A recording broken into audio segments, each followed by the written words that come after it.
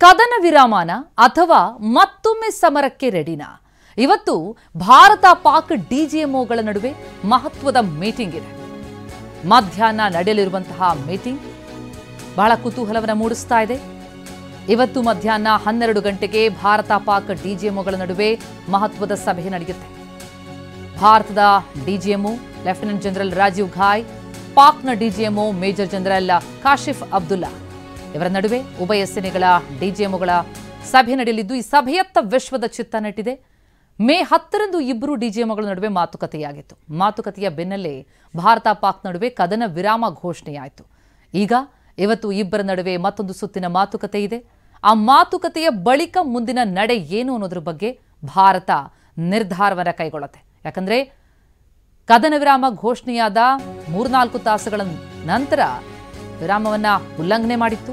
ಹಾಗಾಗಿ ಇವತ್ತಿನ ಸಭೆ ನನ್ನ ಬಿಸ್ನೆಸ್ಗೆ GST ನೋಟಿಸ್ ಬಂದಿದೆ, ಏನ್ ಮಾಡ್ಬೇಕು ಅಂತ ಗೊತ್ತಾಗ್ತಿಲ್ಲ. ಇಮಿಡಿಯೇಟ್ಲಿ ಒಬ್ಬ GST ಎಕ್ಸ್ಪರ್ಟ್ ಹತ್ರ ಮಾತಾಡು. ಎಲ್ಲಿ ಹುಡುಕೋದು?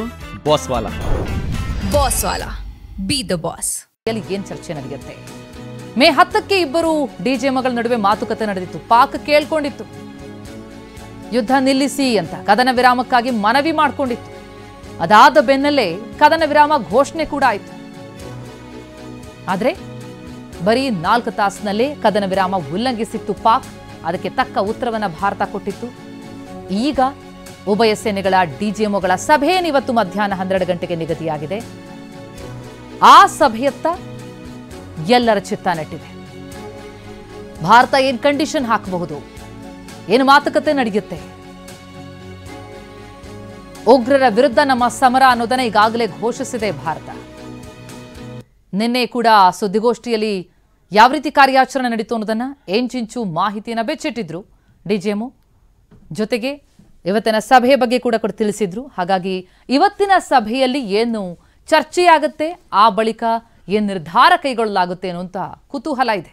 ಯಾಕಂದ್ರೆ ಪಹಲ್ಗಾಮ್ನಲ್ಲಿ ನಡೆದಂತಹ ಉಗ್ರರ ನರಮೇಧ ಏನು ನಡೆಸಿದ್ರು ಉಗ್ರರು, ಅದಾದ ಬಳಿಕ ಉಗ್ರರ ವಿರುದ್ಧ ಸಮರ ಸಾರ್ತು ಆಪರೇಷನ್ ಸಿಂಧೂರ್ ಹೆಸರಿನಲ್ಲಿ ಭಾರತ. ಅದಾದ ಮೇಲೆ ಪಾಕಿಸ್ತಾನದಿಂದ ಏನು ದುಸ್ಸಾಹಸ ಮಾಡ್ತು ಪಾಕಿಸ್ತಾನ, ಡ್ರೋನ್ ದಾಳಿಗಳನ್ನು ನಡೆಸೋದಕ್ಕೆ ಮುಂದಾಯಿತು.